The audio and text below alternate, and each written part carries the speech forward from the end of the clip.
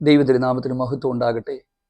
വ്യക്തിപരമായ ആത്മീക ജീവിതത്തിലെ മുന്നേറ്റത്തിനും ആത്മീക യുദ്ധവിജയത്തിനും അനിവാര്യമായ ആത്മാവിലുള്ള പ്രാർത്ഥന എന്ന വിഷയത്തെക്കുറിച്ച് കുറച്ചധികം സന്ദേശങ്ങൾ കഴിഞ്ഞ ദിവസങ്ങളിൽ നിങ്ങളുമായിട്ട് പങ്കുവെക്കുവാനായിട്ട് ഇടയായിത്തീർന്നു. എങ്ങനെയാണ് ആത്മാവിൽ പ്രാർത്ഥിക്കേണ്ടുന്നത്, എന്തുകൊണ്ട് ആത്മാവിൽ പ്രാർത്ഥിക്കാൻ കഴിയാതെ പോകുന്നു, ഇങ്ങനെയൊക്കെയുള്ള കുറച്ച് പരിശുദ്ധാത്മാവുമായി ബന്ധപ്പെട്ട സന്ദേശങ്ങൾ നമ്മൾ ചിന്തിച്ചല്ലോ. ആ മെസ്സേജുകൾ കേട്ടിട്ടുള്ള കുറേ ആൾക്കാർ മെസ്സേജ് അയക്കുകയും അതുപോലെ തന്നെ കമൻറ്റ് ചെയ്യുകയും ഒക്കെ ചെയ്തു. വ്യക്തിപരമായ ജീവിതത്തിൽ സംഭവിച്ച കാര്യങ്ങളെക്കുറിച്ച് ഞങ്ങളുമായിട്ട് ഒന്ന് പങ്കുവെക്കണമെന്ന്. കാരണം ആ പല മെസ്സേജുകളുടെയും ഇടയിൽ എൻ്റെ ആത്മീക ജീവിതത്തിൻ്റെ അകത്ത്, ഞാൻ ദൈവവുമായിട്ടുള്ള ബന്ധത്തിൻ്റെ അകത്ത് അനുഭവിച്ച കാര്യങ്ങൾ, പരിശുദ്ധാത്മാവുമായി ബന്ധപ്പെട്ട കാര്യങ്ങൾ, മറ്റുള്ളവരുടെ പ്രചോദനത്തിനായിട്ട് ആ അനുഭവങ്ങളൊക്കെ കൂട്ടി ചെയ്ത് പറഞ്ഞിരുന്നു. അപ്പം കുറേ പേര് പറഞ്ഞു ആ അനുഭവങ്ങൾ ഞങ്ങളുമായിട്ടൊന്ന് പങ്കുവെക്കണം എന്നുള്ളത്. ഞാൻ ആരാണെന്നുള്ളത് ദൈവസന്നിധിയിൽ വിഷയമല്ല. കാരണം ആര് പ്രസംഗിക്കുന്നു എന്നുള്ളത് അല്ല. നമ്മുടെ അനുഭവങ്ങളും എന്താ പറയുന്നത് അത്രത്തോളം പ്രാധാന്യമുള്ളതല്ല എങ്കിൽ തന്നെയും നല്ല നല്ല ആത്മീക അനുഭവങ്ങൾ നമുക്ക് വിശ്വാസത്തിൻ്റെ ജീവിതത്തിൽ മുന്നേറാനായിട്ട് നൽകി തരുന്ന പ്രചോദനം വളരെ ഭയങ്കരമാണ്. അതുകൊണ്ട് എൻ്റെ ജീവിതത്തിൻ്റെ അകത്ത് പരിശുദ്ധാത്മാവുമായി ബന്ധപ്പെട്ട് ഞാൻ അനുഭവിച്ചിട്ടുള്ള, ഞാൻ കടന്നുപോയ ഘട്ടങ്ങൾ, ദൈവം ഇടപെട്ട ജീവിതത്തിൻ്റെ മേഖലകൾ, ഈ അനുഭവങ്ങളാണ് ഇന്ന് ഈ ഒരു സന്ദേശത്തിലൂടെ നിങ്ങളുമായിട്ട് പങ്കുവെക്കുവാനായിട്ട് ആഗ്രഹിക്കുന്നത്. തീർച്ചയായിട്ടും പരിശുദ്ധാത്മാവിൻ്റെ ഒരു നിറവിനായിട്ട് ദാഹത്തോടെ കാത്തിരിക്കുന്ന ഒരുപാട് പ്രിയപ്പെട്ടവരുണ്ട്. ദീർഘനാളുകളിൽ കാത്തിരുന്നിട്ടും പ്രതീക്ഷിക്കുന്നത് പോലെയുള്ള ഒരാത്മശക്തിയോ അല്ലെങ്കിൽ അന്യഭാഷയുടെ വരമോ ഒന്നും കിട്ടാത്തത് കൊണ്ട് ദുഃഖത്തിലായിരിക്കുന്ന ഒത്തിരി പ്രിയപ്പെട്ടവരെ എനിക്കറിയാം. നിങ്ങൾക്കൊക്കെയുള്ള ഒരു സന്ദേശമാണ് ഈ ഒരു സന്ദേശം. പ്രാരംഭമായിട്ട് ഞാൻ പറയട്ടെ, ഇതൊന്നും കിട്ടിയില്ലെങ്കിലും നിങ്ങൾ വിഷമിക്കരുത്, നിങ്ങൾ പ്രയാസപ്പെടരുത്. കാരണം തരുന്നത് ദൈവമാണ്.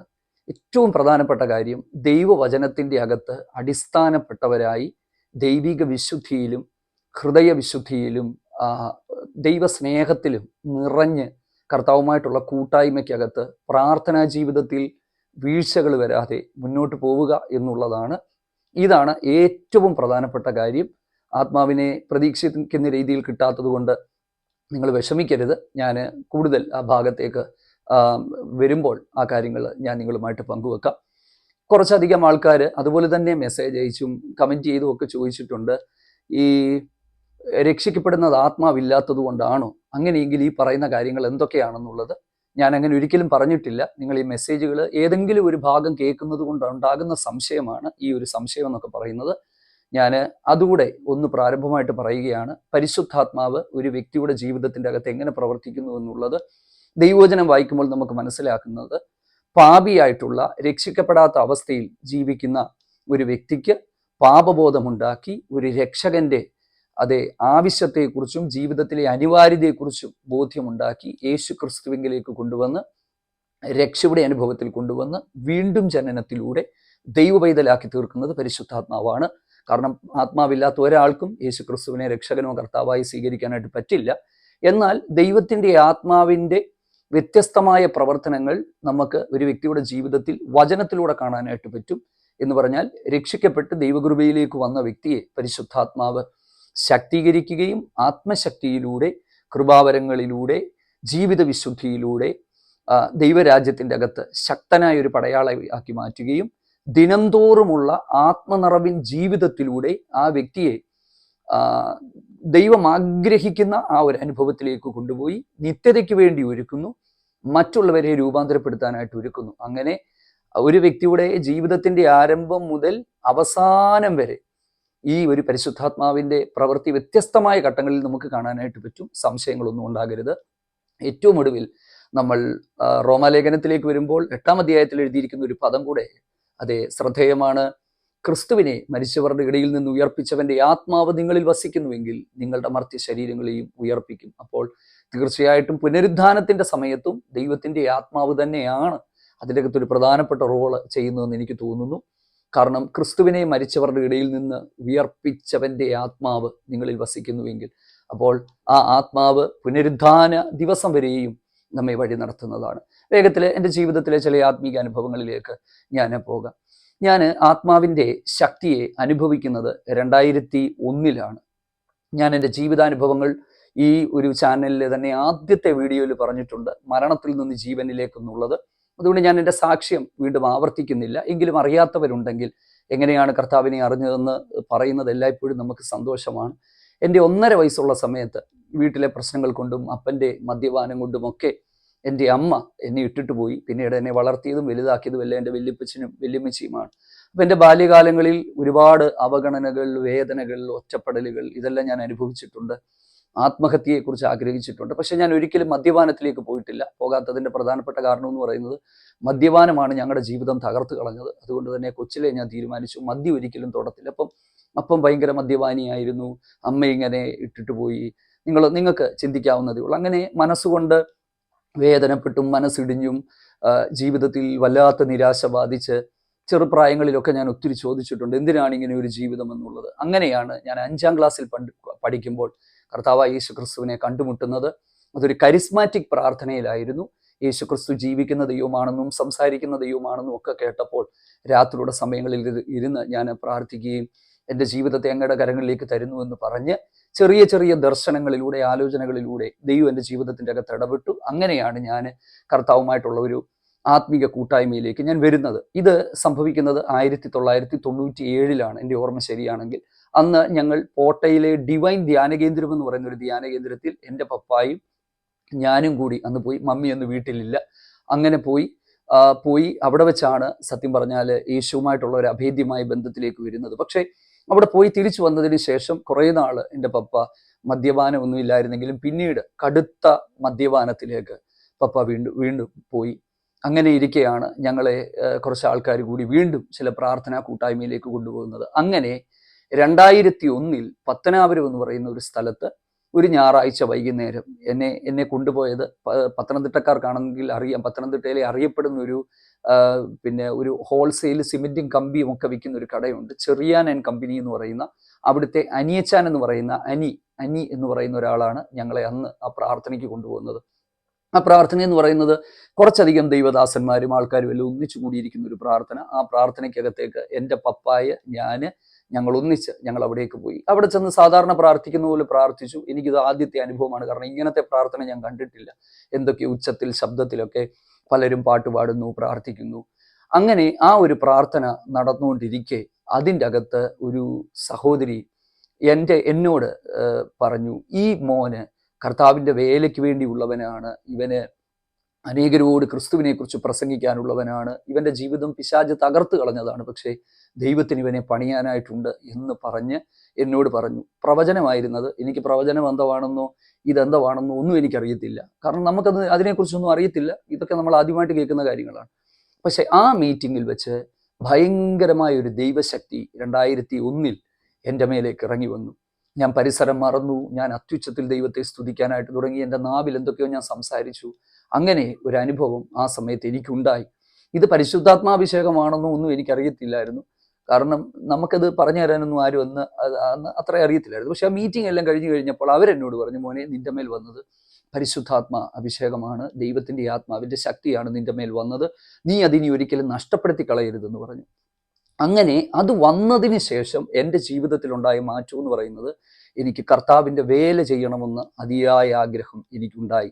കാരണം ഞാൻ 2001 ഇത് സംഭവിക്കുന്നത്. 2003 മുതൽ 2007 വരെയാണ് ഞാൻ പത്തനംതിട്ട കാതോലിക്കറ്റ് കോളേജിൽ ഞാൻ ഡിഗ്രിക്ക് പഠിക്കുന്നത്. 2004 മുതൽ 2007 വരെ, 2004 മുതൽ 2007 വരെ. ഓക്കെ, അപ്പം ആ ഒരു സമയത്താണ് ഞാൻ പഠിച്ചുകൊണ്ടിരിക്കുന്നത്. അപ്പോൾ പഠിക്കുന്ന സമയത്തെല്ലാം ഞാൻ ഡിഗ്രിക്കൊക്കെ ഞാൻ ടോപ്പായിരുന്നു. 90% മാർക്ക് എനിക്കുണ്ടായിരുന്നു. ഞാൻ ഫർദർ സ്റ്റഡിക്ക് വേണ്ടിയൊക്കെ പോകാനായിട്ട് തുടങ്ങിയപ്പോൾ എൻ്റെ വീടിൻ്റെ സാഹചര്യം എന്ന് പറയുന്നത്, വീട്ടിലെ മൂത്ത മോനാണ് ഞാൻ. അപ്പം വീടിൻ്റെ ഉത്തരവാദിത്തങ്ങളെല്ലാം എൻ്റെ ഒരു ചുമലിലാണ്. കാരണം വീട്ടിലെ കാര്യങ്ങളൊക്കെ നിങ്ങൾക്ക് അറിയാമല്ലോ, ഞാൻ പറഞ്ഞല്ലോ എങ്ങനെയാണെന്നുള്ളത്. പക്ഷെ ആ സമയത്ത് അന്ന് ഞാൻ പറഞ്ഞില്ലേ, അന്ന് ഞാൻ ആ ദൈവത്തിൻ്റെ ആത്മാവിൻ്റെ ശക്തി എൻ്റെ മേൽ വന്നത് മുതൽ കർത്താവിൻ്റെ വേലയ്ക്ക് വേണ്ടി ദൈവത്തിൻ്റെ ആത്മാവ് എന്നോട് ഇടപെട്ടുകൊണ്ട് ഇരുന്നു. ഭയങ്കരമായ ഒരു ആത്മഭാരം എൻ്റെ ഉള്ളിലേക്ക് വരാനായിട്ട് തുടങ്ങി. സത്യം പറഞ്ഞാൽ അങ്ങനെയാണ് ഞാൻ ഈ സുവിശേഷ വേലയ്ക്ക് വേണ്ടി സമർപ്പിക്കുന്നത്. ദൈവം പല രാത്രികളിലും എന്നോട് ഇടപെട്ടു, പല സമയത്തും ദൈവമാണ് സംസാരിക്കുന്നതെന്ന് പോലും മനസ്സിലാക്കാനായിട്ട് പറ്റാത്തൊരവസ്ഥയിലേക്ക് ഞാൻ പോയി. പിന്നീട് ഇതിന് മുമ്പ് നടന്നൊരു കാര്യം പറയാം. 2001 ഈ ആത്മശക്തി വന്നത്. അതിനുശേഷമാണ് ഞങ്ങൾ സ്നാനപ്പെട്ടു. ഞങ്ങൾ ഇങ്ങനെ ആരാധനയ്ക്കായിട്ടൊക്കെ ഇങ്ങനെ പോകാനായിട്ടൊക്കെ ഇങ്ങനെ തുടങ്ങി. അങ്ങനെ മുമ്പോട്ട് പോയിക്കൊണ്ടിരിക്കുകയായിരുന്നു. അപ്പം എൻ്റെ ജീവിതത്തിൻ്റെ അകത്ത് എനിക്ക് പാപബോധമുണ്ടായി. ഞാൻ ഒരുപാട് സിനിമ കാണുന്ന ഒരാളായിരുന്നു. അതിൽ നിന്നെല്ലാം ദൈവം എന്നെ അതിൽ നിന്നെല്ലാം ഒഴിവാക്കി. ദൈവം സംസാരിക്കാനായിട്ട് തുടങ്ങി. നീ എൻ്റെ വേലയ്ക്ക് വേണ്ടി പോകണമെന്ന് ദൈവദാസന്മാരിലൂടെ ദൈവം സംസാരിച്ചു, ഇടപെട്ടു. അപ്പം ഞാൻ നിങ്ങളോടൊരു കാര്യം ഞാൻ പറയാം. പല ആൾക്കാരും ഈ വീഡിയോ കണ്ടിട്ട് പറഞ്ഞിട്ടുണ്ട്, ഒത്തിരി നാളായിട്ട് പിന്നെ അന്യഭാഷ കിട്ടണം, ആത്മാവിൻ്റെ ശക്തി കിട്ടണമെന്ന് വെച്ച് ഞങ്ങൾ കാത്തിരുന്നു, കിട്ടിയില്ല. നിങ്ങൾ ഒരിക്കലും നിരാശപ്പെട്ടു പോകരുത്. നമ്മൾ ചിന്തിക്കുന്നത് പോലെയല്ല ദൈവം പ്രവർത്തിക്കുന്നത്. ഒറ്റ കാര്യം, ദൈവസന്നിധിയിൽ ആഗ്രഹിക്കുക, ഏൽപ്പിച്ചു കൊടുക്കുക, ദൈവവചനം വായിക്കുക, പ്രാർത്ഥനാ ജീവിതത്തിൽ മുന്നോട്ട് പോവുക, ദൈവത്തോടുള്ള കൂട്ടായ്മയും മുന്നോട്ട് പോവുക. ഞാൻ ആത്മശക്തിക്ക് വേണ്ടി ആഗ്രഹിച്ചിട്ടില്ല, ഞാൻ അതിനു വേണ്ടി പ്രാർത്ഥിച്ചിട്ടില്ല. ഇതൊന്നും ചെയ്യാത്ത എൻ്റെ മേലാണ് ഇത് വന്നത്. പക്ഷെ ഇപ്പം ഞാൻ തിരിഞ്ഞു നോക്കിയപ്പോൾ എനിക്കൊരു കാര്യം മനസ്സിലായി, ദൈവത്തിന് എന്തൊക്കെയോ കാര്യങ്ങൾ ചെയ്തെടുക്കാനായിട്ട് ഉണ്ടായിരുന്നു എന്നുള്ളത്. അങ്ങനെ ഞാൻ പെട്ടെന്ന് മുമ്പോട്ട് പോവുകയാണ്. അങ്ങനെ 2007 മുതൽ 2011 വരെ ഞാൻ മണക്കാല ഫെയ്ത്ത് തിയോളജിക്കൽ സെമിനാരി എന്ന് പറയുന്ന ഒരു ബൈബിൾ കോളേജിൽ ദൈവത്തിൻ്റെ വചനം പഠിച്ചു. അത് സറാംപൂർ യൂണിവേഴ്സിറ്റി എന്ന് പറയുന്ന ഇന്ത്യയിലെ ദൈവശാസ്ത്ര പഠനത്തിൽ മുന്നിൽ നിൽക്കുന്ന ഒരു യൂണിവേഴ്സിറ്റിയാണ്. ഞാനത് പറയാനുള്ള ഒരു കാരണം, ഞാൻ എന്തുകൊണ്ടാണ് ഞാനത് പറഞ്ഞതെന്ന് ഞാൻ നിങ്ങളോട് പറയാം. ഇതെല്ലാം പഠിച്ച് ഇറങ്ങി വന്ന് ദൈവത്തിൻ്റെ ആത്മാവ് എന്നോട് ഇടപെട്ടു, നീ നിൻ്റെ സ്വന്തം ദേശത്ത് എൻ്റെ വേല ചെയ്യണം. അങ്ങനെയാണ് ഈ പത്തനംതിട്ടയിലെ പുത്തൻപീടിക എന്ന് പറയുന്ന സ്ഥലത്ത് 2011 മുതൽ ഈ ഒരു സമയം വരെ കർത്താവിൻ്റെ വേല ചെയ്യുന്നു. അങ്ങനെ മുൻപോട്ട് പോയിക്കൊണ്ടിരിക്കുന്നു. അപ്പം ഈ പഠിച്ചിറങ്ങി കഴിഞ്ഞപ്പോൾ നമ്മൾ ഒരുപാട് പഠിച്ചു. നല്ലൊരു കോളേജിൽ നമ്മൾ പഠിച്ചു. അവിടെ ടോപ്പായിട്ട് ഇറങ്ങി വന്നു കഴിഞ്ഞപ്പോൾ നമ്മൾ മീറ്റിങ്ങുകൾക്ക് പോകുന്നു, ശുശ്രൂഷകൾക്ക് പോകുന്നു. ഈ അറിവുകളെല്ലാം ഹൃദയത്തിൻ്റെ അകത്തേക്ക് വന്നു കഴിഞ്ഞപ്പോൾ സംഭവിച്ചത് എന്താണെന്നറിയാമോ? സംഭവിക്കാൻ പാടില്ലാത്തൊരു കാര്യമാണ്. പ്രാർത്ഥനാ ജീവിതത്തിൽ ഒരുപാട് താഴേക്ക് പോയി. കാരണം നല്ല രീതിയിൽ നമ്മൾ പഠിച്ചു. പ്രസംഗ മത്സരത്തിൻ്റെയൊക്കെ ജഡ്ജായിട്ട് നമ്മൾ പോകുന്നു, പല സ്ഥലങ്ങളിൽ ശുശ്രൂഷയ്ക്കായിട്ട് നമ്മൾ പോകുന്നു, നമ്മൾ കർത്താവിൻ്റെ വേല ചെയ്യുന്നു. അപ്പം നമ്മുടെ മനസ്സിൻ്റെ അകത്ത് ഒരു സ്വയനീതീകരണം, നമ്മൾ ദൈവവേല ചെയ്യുന്നു, നമ്മൾ പിന്നെ കർത്താവിന് വേണ്ടി പ്രവർത്തിക്കുന്നു, ഒത്തിരി പേർക്ക് ആശ്വാസമാകുന്നു, കുറേ പേരെ സഹായിക്കുന്നു, ഒത്തിരി ജീവിതം തകർന്നവർ നമ്മളിലൂടെ രക്ഷപ്പെട്ടു, മദ്യപാനികൾ മദ്യപാനം നിർത്തി, അങ്ങനെ ഒത്തിരി പേർക്ക് നമ്മൾ ആശ്വാസമായിട്ട് പോകുന്നു. അതിൻ്റെ ഇടയ്ക്കൊക്കെ എൻ്റെ വിവാഹം കഴിഞ്ഞു, കുഞ്ഞുങ്ങളൊക്കെ ഉണ്ടായി. ഇങ്ങനെ സന്തോഷമായിട്ട് ഇങ്ങനെ മുമ്പോട്ട് പോവുകയാണ്. അപ്പം എന്നാൽ ദൈവം നമ്മളെ ഉപയോഗിക്കുന്നുണ്ടോ എന്ന് ചോദിച്ചാൽ ദൈവം നമ്മളെ ഉപയോഗിക്കുന്നുണ്ട്. ശരിക്കും അതിൻ്റെ ഇടയ്ക്ക് നമ്മൾ ദൈവാലോചന പലരോടും പറയുന്ന കാര്യങ്ങൾ സംഭവിക്കുന്നുണ്ട്. ഇതെല്ലാം ജീവിതത്തിൽ നടന്നു പോകുന്നുണ്ടെന്നുള്ളത് സത്യമാണ്. അപ്പം ഇങ്ങനെ മുമ്പോട്ട് പോകുന്നു. അന്യഭാഷ ഉണ്ടോ എന്ന് ചോദിച്ചാൽ അന്യഭാഷ കൊണ്ട്, എല്ലാം ഉണ്ട്, ഒന്നിനും ഒരു കുറവില്ല. 2016, 2017 ആ ഒരു സമയം കഴിഞ്ഞപ്പോൾ സംഭവിച്ച കാര്യം എന്താണെന്ന് ചോദിച്ചാൽ, ഹൃദയത്തിൻ്റെ അകത്ത് ഒരു ഭയങ്കരമായ ശൂന്യതയുണ്ടായെന്ന് പറഞ്ഞാൽ, ഞാൻ ഒരു ദൈവ പൈതലല്ലെന്നും പിന്നെ ഞാൻ ഇതെല്ലാം വെറുതെ മെക്കാനിക്കലായി ചെയ്യുന്നു എന്നുള്ളതും അങ്ങനെ ഒരു ഫീലിംഗ് ഹൃദയത്തിൻ്റെ അകത്തുണ്ടായി. ഇത് എന്താണെന്ന് എനിക്ക് മനസ്സിലായില്ല. ഇത് മറ്റുള്ള ആർക്കും ഇത് മനസ്സിലാകത്തില്ല. നമ്മുടെ ഉള്ളിൽ നമുക്ക് തോന്നിയ ഒരു കാര്യമാണ്, ഇതെല്ലാം വെറുതെ ചെയ്യുകയാണ്. കാരണം എനിക്ക് പ്രാർത്ഥനയിൽ എനിക്കൊന്നും അനുഭവിക്കാൻ പറ്റുന്നില്ല, ദൈവത്തിൻ്റെ കൂട്ടായ്മ എനിക്ക് അനുഭവിക്കാൻ പറ്റുന്നില്ല. പിന്നെ എന്നാൽ നമ്മൾ പ്രസംഗിക്കുന്നുണ്ട്, എല്ലാ കാര്യവും ചെയ്യുന്നുണ്ട്, ശുശ്രൂഷകൾ ചെയ്യുന്നു, പക്ഷേ അകത്ത് ഭയങ്കരമായിട്ട് എന്തോ മിസ്സിങ് ആയിട്ട് കിടക്കുന്നു. ഇതെന്താണെന്ന് കണ്ടുപിടിക്കാൻ ഞാൻ ശ്രമിച്ചു, പക്ഷേ എനിക്ക് കണ്ടുപിടിക്കാനായിട്ട് പറ്റുന്നില്ല. അപ്പം ഞാൻ സാധാരണ എല്ലാവരും പറയല്ലോ, നമ്മൾ ദൈവപൈതലാണെന്നുള്ള ബോധ്യം നമുക്ക് വേണം, ആത്മാവ് നമ്മളെ നടത്തുന്നു എന്നൊക്കെ. അപ്പം ഇങ്ങനെ നമ്മളൊരു സാധാരണ മനുഷ്യനെ പോലെ ജീവിതത്തിലേക്ക് ആയിപ്പോയൊരവസ്ഥയിലേക്ക് മാറി. സത്യത്തിൽ അതെന്തായിരുന്നു എന്ന് ചോദിച്ചാൽ, ഈ അറിവ് കൊണ്ട് ആരും രക്ഷപ്പെടില്ല. അറിവ് കൊണ്ട് രക്ഷപ്പെടണമെങ്കിൽ ശലോമോൻ രക്ഷപ്പെടണമായിരുന്നു. ശലോമോൻ രക്ഷപ്പെട്ടില്ല. ഈ അറിവ് കൊണ്ടല്ല. ശലോമോന്റെ 10-1 അറിവ് പോലും ഉണ്ടോ എന്ന് എനിക്കറിയത്തില്ല. ആത്മീക അറിവും അനുഭവമുള്ള ആളായിരുന്നു ദാവീദ് രക്ഷപ്പെട്ടു. അതെന്താണെന്ന് നിങ്ങൾ എപ്പോഴെങ്കിലും ചിന്തിച്ചിട്ടുണ്ടോ? ഒറ്റ കാര്യമാണ്, തൻ്റെ അറിവ് ശലോമോനെ രക്ഷിച്ചില്ല, അനുഭവമാണ് ദാവീദിനെ രക്ഷിച്ചത്. ദാവീദിന്റെ സങ്കീർത്തനങ്ങളെല്ലാം നമ്മളൊന്ന് വായിച്ചു നോക്കിക്കേ. ആ ദൈവത്തോടുള്ള ആ കൂട്ടായ്മയും ആ ഒരു ബന്ധവും നമുക്കതിൻ്റെ അകത്ത് മനസ്സിലാക്കാനായിട്ട് പറ്റും.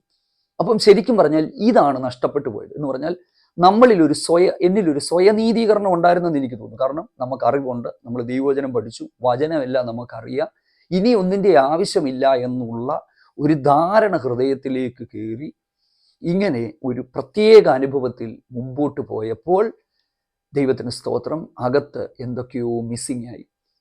ഇത് കണ്ടുപിടിക്കാൻ ഞാൻ ഒരുപാട് ശ്രമം നടത്തി. ദൈവത്തിന് സ്തോത്രം, പിന്മാറിപ്പോകാഞ്ഞതിൻ്റെ കാരണം എന്താണെന്ന് ചോദിച്ചാൽ വചനം അകത്തുള്ളത് കൊണ്ടാണ്. കാരണം അന്നും ഇന്നും ഞാൻ ദൈവവചനം ഇഷ്ടപ്പെടുന്ന ഒരാളാണ്. ദൈവവചനം എൻ്റെ ഹൃദയത്തിൻ്റെ അകത്തുണ്ട്. അപ്പോൾ വചനം അകത്തുള്ളത് കൊണ്ട് എനിക്ക് ദൈവപൈതലാണെന്നൊരു ബോധ്യം ഇല്ലെങ്കിൽ പോലും ഞാൻ എന്നെ തന്നെ പറഞ്ഞങ്ങ് വിശ്വസിപ്പിക്കുകയാണ്. എന്താ, നീ ഒരു ദൈവപൈതലാണ്, വചനം അങ്ങനെയാണ് പറയുന്നത്, നിനക്കങ്ങനെ തോന്നിയില്ലെങ്കിലും നീ അങ്ങനെ ചിന്തിച്ചോണം, എങ്ങനെ സ്വയം നമ്മൾ വിശ്വസിപ്പിക്കുകയാണ്. അപ്പം അങ്ങനെ ഒരു സമയം മുമ്പോട്ട് പോയി. അങ്ങനെ ദൈവസന്നിധിയിൽ പ്രാർത്ഥിക്കാൻ തുടങ്ങി, കരയാൻ തുടങ്ങിയപ്പോൾ ഒരു രാത്രിയിൽ കർത്താവ് എന്നോട് വ്യക്തമായി സംസാരിച്ചു. നീ എൻ്റെ ആത്മാവിനാൽ നിറയപ്പെട്ടവനാണ്, എങ്കിലും നീ എൻ്റെ ആത്മാവിനാൽ നിയന്ത്രിക്കപ്പെട്ട് മുമ്പോട്ട് പോകുന്നില്ല എന്നുള്ളതാണ്. ഈ ഒരു കാര്യം അക്ഷരാർത്ഥത്തിൽ എന്നെ ഞെട്ടിച്ചു കളഞ്ഞു. ഭയങ്കരമായിട്ട് ഷോക്ക്ഡായിപ്പോയി. കാരണം എൻ്റെ ചിന്താഗതികളെ മുഴുവനും മുട്ടച്ച് കളഞ്ഞൊരു സംഭവമായിരുന്നു ഈ ഒരു സംഭവം എന്ന് പറയുന്നത്. അപ്പോൾ ചിലർ ചോദിക്കും, ഇങ്ങനെ അടുത്ത് വന്ന് ചെവി ദൈവം സംസാരിച്ചോന്ന്. അങ്ങനെയല്ല. ഞാൻ എങ്ങനെയാണ് ദൈവം സംസാരിക്കുന്നതെന്ന് പറഞ്ഞിട്ടുണ്ട്. നമ്മുടെ ഹൃദയത്തിൻ്റെ അകത്ത് ദൈവം നമ്മളോട് സംസാരിക്കാനായിട്ട് തോന്നും. കാരണം ദൈവം ആത്മാവായതുകൊണ്ട് നമ്മുടെ ഉള്ളിൻ്റെ ഉള്ളിൽ ഒരു ചിന്തകൾ വരും. അപ്പം ദൈവം എന്നോട് ഇടപെടാനായിട്ട് തുടങ്ങി. നീ ഒരിക്കലും എൻ്റെ ആത്മാവിനാൽ നിയന്ത്രിക്കപ്പെട്ടു പോകുന്നില്ല. ഇത് എന്നെ ഞെട്ടിച്ചു കളഞ്ഞു. ഞാൻ ദൈവസന്നിധി ഇരിക്കാൻ തുടങ്ങി, കരയാൻ തുടങ്ങി, പ്രാർത്ഥിക്കാൻ തുടങ്ങി, ചെറിയ ചെറിയ ഉപവാസം എടുക്കാൻ തുടങ്ങി. എനിക്കിത് കണ്ടുപിടിക്കണം, എന്താണ് ഇതിൻ്റെ കാരണമെന്നുള്ളത്.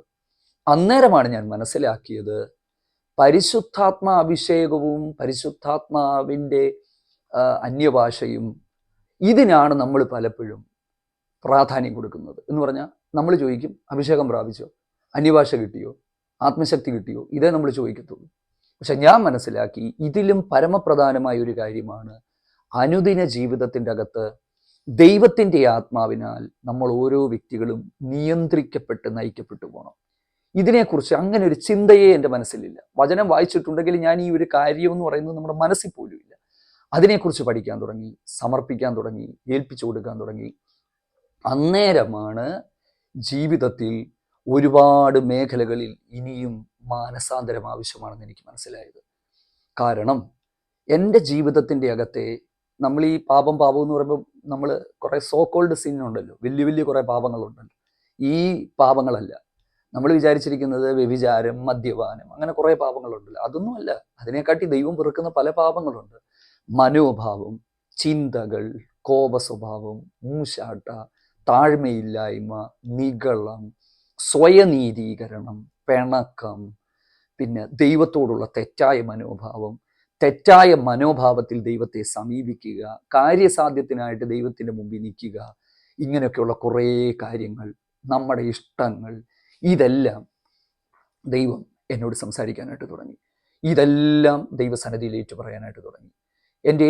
എൻ്റെ ജീവിതത്തിൽ എനിക്ക് തോന്നുന്നു അതിനുശേഷം ഏറ്റവും കൂടുതൽ ദൈവം എൻ്റെ പാപത്തെക്കുറിച്ചുള്ള ബോധ്യമാണ് എനിക്ക് വരുത്തിയത്. പാപബോധം എനിക്ക് വരാനായിട്ട് തുടങ്ങി. അങ്ങനെ 2018 മുതൽ ദൈവത്തിന് സ്തോത്രം, ഈ ഒരു പ്രോസസ്സ് എൻ്റെ ജീവിതത്തിൽ തുടങ്ങി. ഞാൻ എൻഗേജ്ഡ് ആയിട്ടിരുന്ന ഒരുപാട് കാര്യങ്ങളിൽ നിന്ന് ദൈവത്തിൻ്റെ ആത്മാവ് എന്നെ വിലക്കി. ചിലതൊക്കെ പറഞ്ഞു കഴിഞ്ഞാൽ നിങ്ങൾ ചിരിക്കും, പിന്നെ ചിലരൊക്കെ ക്വസ്റ്റ്യനും ചോദിക്കും. അതുകൊണ്ട് ഞാൻ ആ കാര്യങ്ങളൊന്നും പറയുന്നില്ല. ഞാൻ ഒത്തിരി കൃഷി ചെയ്യുന്ന ഒരാളായിരുന്നു. കൃഷി എന്നെ അറിയാവുന്നവർക്കറിയാം. 2022 ഞാൻ എനിക്കൊന്ന് 300 മൂട് കപ്പയോളം കൃഷി ചെയ്തിട്ട് ആൾക്കാർക്കെല്ലാം ഫ്രീ ആയിട്ട് കൊടുക്കുന്നു, ചർച്ചിൽ കിറ്റാക്കി കൊടുക്കുന്നു, അയൽവക്കക്കാർക്ക് കൊടുക്കുന്നു. ഇങ്ങനെ അത് പിന്നെ ഞാനൊരു 5-6 ഏക്കർ എടുത്ത് കൃഷി ചെയ്യാനായിട്ട് തുടങ്ങി. ദൈവം ഒരു രാത്രിയിൽ എന്നോട് പറഞ്ഞു, നിന്റെ കൃഷി നിർത്തിക്കണമെന്ന് പറഞ്ഞു. ഞാൻ ചോദിച്ചു, കർത്താവേ, കൃഷി ചെയ്യുന്നത് എന്താണ് കുഴപ്പം? പ്രശ്നം എന്തായിരുന്നെന്ന് അറിയാമോ? രാവിലെ പ്രാർത്ഥിക്കാൻ 4 മണിക്ക് എഴുന്നേക്കും. കണ്ണടച്ചിരിക്കുമ്പോൾ പയറിന് വളമിടുന്നു, ചീരയ്ക്ക് വളമിടുന്നു ഓർമ്മ, കപ്പയ്ക്ക് വളമിടുന്നു ഓർമ്മ. കൃഷി മോശമാണെന്നോ തെറ്റാണെന്നോ ഞാൻ പറഞ്ഞില്ല. പക്ഷെ എന്നെ സംബന്ധിച്ചിടത്തോളം എൻ്റെ ഫോക്കസ് മാറി. എനിക്കതൊക്കെ മനസ്സിലാക്കാനും അംഗീകരിക്കാനും ഭയങ്കര ബുദ്ധിമുട്ടായിരുന്നു. കാരണം ഇതിനൊക്കെ എന്താ തെറ്റ്? പക്ഷെ ദൈവം എന്നോട് പറഞ്ഞു. ദൈവം പറഞ്ഞ കാര്യങ്ങളെ ഞാൻ ഒരു അന്ധനെ പോലെ, ഒരു പൊട്ടനെ പോലെ ഞാൻ അനുസരിച്ചു. ദൈവം എന്നോട് പറഞ്ഞു, നിന്നെ ഞാൻ വിളിച്ചിരിക്കുന്ന ഒരു വിളിയുണ്ട്. അനേകരുടെ പാപബോധത്തിനായി ഞാൻ നിന്നെ തിരഞ്ഞെടുത്തിരിക്കുകയാണ്. നിങ്ങൾക്കൊരു കാര്യം അറിയാമോ? ആ നാളുകളിൽ ദൈവം എന്നോട് സംസാരിച്ച തിരുവചന സന്ദേശങ്ങളാണ് നിങ്ങൾ ഓരോ യൂട്യൂബ് മെസ്സേജുകളിലൂടെയും കേട്ടുകൊണ്ടിരിക്കുന്നത്. ഒരു മെസ്സേജ് പോലും ഞാൻ പറയാനായിട്ട് ഉണ്ടാക്കിയതല്ല, വ്യൂസ് കൂട്ടാനായിട്ട് ഉണ്ടാക്കിയതുമല്ല. ഇതെല്ലാം ദൈവം എൻ്റെ വ്യക്തിപരമായ ജീവിതത്തിൽ എന്നോട് സംസാരിച്ചതാണ്. ദൈവത്തിന് സ്തോത്രം. അന്നു മുതൽ ദൈവം പണിയാൻ തുടങ്ങി. ആഴമായ വിശുദ്ധിയിലേക്ക് ദൈവം ഒരുക്കാൻ തുടങ്ങി. വിശുദ്ധിയുടെ പ്രാധാന്യത ദൈവം പഠിപ്പിച്ചു. 2023 ദൈവത്തിൻ്റെ ആത്മാവ് ദൈവദാസന്മാരിലൂടെ എന്നോട് പറഞ്ഞു, 1000 നിന്റെ പ്രസംഗം കേൾക്കും. ആയിരങ്ങളിലൂടെ ദൈവം ആയിരങ്ങളോട് ദൈവം നിന്നിലൂടെ സംസാരിക്കാനായിട്ട് തുടങ്ങും. ഒരുപാട് പേര് പാപബോധത്തിലേക്ക് വരും, രക്ഷിക്കപ്പെടും, എന്നിലേക്ക് അടുത്ത് വരും. അകന്നു നിൽക്കുന്നവർ എൻ്റെ കൂട്ടായ്മയിലേക്ക് വരുമെന്ന് ദൈവം എന്നോട് പറഞ്ഞു. അന്നൊന്നും എനിക്കറിയില്ലായിരുന്നു ഇത്തരത്തിലുള്ള ഒരു യൂട്യൂബ് ചാനൽ തുടങ്ങുന്ന കാര്യമോ അല്ലെങ്കിൽ ഒന്നും മനസ്സിൽ പോലും ഇല്ല. എനിക്കതിന് താല്പര്യമില്ല. അപ്പം ഞാൻ പറഞ്ഞത്, അങ്ങനെ ദൈവത്തിൻ്റെ ആത്മാവിനാൽ നിയന്ത്രിക്കപ്പെട്ട് ഉള്ള ഒരു ജീവിതത്തിൻ്റെ പ്രാധാന്യം മനസ്സിലാക്കി, കർത്താവുമായിട്ടുള്ള കൂട്ടായ്മ മനസ്സിലാക്കി. ദൈവത്തിന് സ്തോത്രം. ഈ ഒരു അനുഭവത്തിലേക്ക് വന്നതോടുകൂടി എൻ്റെ ജീവിതത്തിൻ്റെ അകത്ത് സംഭവിച്ച കുറച്ച് മാറ്റങ്ങളൂടെ ഞാൻ പറയാം. ഞാനൊരു ദൈവ പൈതലാണെന്നുള്ള ബോധ്യം എൻ്റെ അകത്ത് വന്നു. അകത്തെ ആ ശൂന്യത മാറി. പണത്തോടും ഈ പദവികളോടും ഒക്കെയുള്ള ആഗ്രഹങ്ങളെല്ലാം പോയി. പണ്ടും ആഗ്രഹം ഉണ്ടായിരുന്നെന്നല്ല പറഞ്ഞ്, കംപ്ലീറ്റ്ലി പോയി. ദൈവസ്നേഹത്താൽ നിറയപ്പെട്ടു. കർത്താവിൻ്റെ ആ ഒരു കൃപയ്ക്കകത്തേക്ക് വന്നു. എന്താ പറയുന്നത്, ഭയങ്കരമായ ട്രാൻസ്ഫോർമേഷൻ അകത്തുണ്ടായി, പുറത്തല്ല, അകത്തുണ്ടായി. അപ്പം നമ്മൾ പല സമയങ്ങളിലും അന്യഭാഷയിൽ പറയുന്നു, അതിനെക്കുറിച്ചാണ് നമ്മൾ പ്രാധാന്യത കൊടുക്കുന്നത്. പക്ഷേ അതിനപ്പുറത്ത് ആത്മനിറവിൻ ജീവിതം, ആത്മാവിനാൽ നിയന്ത്രിക്കപ്പെട്ടുള്ള ഒരു ജീവിതം, ഇങ്ങനെയൊരു ജീവിതമാണ് ദൈവം സത്യത്തിൽ നമ്മിൽ നിന്ന് ആഗ്രഹിക്കുന്നത്. ഇന്ന് പല ആത്മീക നേതാക്കളിൽ നിന്നും ഉണ്ടാകുന്ന പല കാര്യങ്ങളും നമ്മളെ വേദനപ്പെടുത്താനുള്ള കാരണം, അവരൊക്കെ ഒരിക്കൽ ആത്മശക്തി പ്രാപിച്ചവരാണ്, ദൈവകൃപ പ്രാപിച്ചവരാണ്. പക്ഷേ അവര് ദൈവത്തിൻ്റെ ആത്മാവിനാൽ നിയന്ത്രിക്കപ്പെട്ടു പോകുന്നില്ല എന്നുള്ള ദുഃഖകരമായ ഒരു വസ്തുതയാണത്. അതാണ് നമ്മൾ ഈ കാണുന്ന ജഡീകന്മാരുടെ പ്രവർത്തികൾ പോലെ പല പ്രവർത്തികളും ആത്മീകന്മാരിൽ നിന്ന് പുറത്തേക്ക് വരുന്നത്. ഓക്കെ, ഞാൻ പെട്ടെന്ന് മുമ്പോട്ട് പോകാം. അങ്ങനെ ഒത്തിരി കാര്യങ്ങൾ ദൈവം സംസാരിച്ചു. അങ്ങനെ വന്ന് കൂടുതൽ സമയങ്ങൾ ദൈവസന്നിധി ഇരിക്കാൻ തുടങ്ങി. അപ്പം സംഭവിച്ചൊരു മാറ്റം എന്ന് പറയുന്നത്, ദൈവോചന ശുശ്രൂഷയ്ക്കായി പോകുന്ന സ്ഥലങ്ങളിൽ മീറ്റിങ്ങുകൾ കഴിയുമ്പോൾ ആൾക്കാർ പറയാൻ തുടങ്ങി, എനിക്ക് പാപബോധമുണ്ടായി, ഞാൻ ആ ചെയ്തത് തെറ്റാണെന്ന് മനസ്സിലായി, ദൈവത്തിങ്കിലേക്ക് വന്നു. ഇതാണ് സംഭവിച്ചത്. ഇന്നും സംഭവിച്ചുകൊണ്ടിരിക്കുന്നത് ഇത് തന്നെയാണ്. അപ്പോൾ ഞാൻ എൻ്റെ വാക്കുകളെ നിർത്തുകയാണ്. സാധാരണയുള്ള മെസ്സേജുകളൊക്കെ 15 മിനിറ്റിനുള്ളിൽ നിർത്തുന്നതാണ്. ഇതൊരു അനുഭവമായതുകൊണ്ട് പെട്ടെന്ന് നിർത്താനായിട്ട് പറ്റത്തില്ല. ഇതിൻ്റെ ഇടയ്ക്ക് എൻ്റെ മോന് ഒരു ചെറിയ കൂട്ടായ്മയിൽ ഇരിക്കുമ്പോൾ 4 വയസ്സുള്ളപ്പോൾ അവൻ ആത്മാവിനാൽ നിറയപ്പെട്ടു. അതെനിക്ക് തോന്നുന്നു എൻ്റെ വൈഫിൻ്റെ കണ്ണുനീരും പ്രാർത്ഥനയും ഒക്കെയാണ്. അപ്പം വേഗത്തിൽ പറഞ്ഞ് ഞാൻ നിർത്തട്ടെ. ദൈവത്തിന് സ്തോത്രം. പ്രിയപ്പെട്ടവരെ, നിങ്ങൾ ഇതുവരെയും പ്രതീക്ഷിക്കുന്ന രീതിയിലുള്ള ഒരു ആത്മശക്തി നിങ്ങളുടെ മേൽ വന്നിട്ടില്ലെങ്കിൽ നിങ്ങൾ വിഷമിക്കരുത്, നിങ്ങൾ നിരാശപ്പെടരുത്. രക്ഷിക്കപ്പെട്ട് ദൈവകൃപയിൽ വിശുദ്ധിയിൽ നിൽക്കുന്ന ആൾക്കാർ എല്ലാവരും സ്വർഗത്തിലേക്ക് പോവുക തന്നെ ചെയ്യും. അപ്പോൾ സ്വർഗത്തിൽ പോകുന്നതിനൊന്നും അല്ല ഇതൊന്നും തടസ്സമായിട്ടുള്ളത്. നമ്മളില്ലാത്ത കാര്യങ്ങൾ, വചനത്തിലില്ലാത്ത കാര്യങ്ങൾ പറയരുത്. അപ്പം ഞാൻ പറഞ്ഞത്, കർത്താവിന് വേണ്ടി അധികം പ്രയോജനപ്പെടാനും ജയകരമായ ക്രിസ്തീയ ജീവിതം നയിക്കാനുമാണ് ആത്മനിറവിൻ ജീവിതം എന്ന് പറയുന്നത്. അത് കിട്ടിയിട്ടില്ലെങ്കിൽ നിങ്ങൾ വിഷമിക്കരുത്, നിരാശപ്പെടരുത്. ആഗ്രഹിക്കുക, സമർപ്പിച്ചു കൊടുക്കുക, വചനം വായിക്കുക, ദൈവത്തോടുള്ള കൂട്ടായ്മയിൽ നിലനിൽക്കുക, വിശുദ്ധിയിൽ മുന്നോട്ട് പോവുക, ഒരു നല്ല ഹൃദയമുള്ളവരായിരിക്കുക. പണത്തെയും ലോകത്തെയും ഒന്നും സ്നേഹിക്കാതെ സത്യസന്ധമായി അതേ ദൈവസന്നിധിയിൽ വിശ്വസ്തയോടെ നിർമ്മലതയോടെ നിൽക്കുക. കർത്താവിൻ്റെ കൂട്ടായ്മയിൽ വളരാൻ നിങ്ങൾക്ക് ഏവർക്കും ഇടയായി തീരട്ടെ. ഈ സാക്ഷ്യം നിങ്ങൾക്ക് അനുഗ്രഹവും പ്രചോദനവുമായി എന്ന് വിശ്വസിക്കുന്നു. എന്നെ ഓർത്തുകൊണ്ട് പ്രാർത്ഥിക്കുക. ശുശ്രൂഷകളൊക്കെ അനുഗ്രഹമായി തീരുവാൻ, വിശ്വസ്തയോടെ ദൈവത്തിൻ്റെ വേല ചെയ്യുവാൻ കർത്താവ് ഇടയാക്കേണ്ടതിനായിട്ട്. ആമേൻ. God bless U.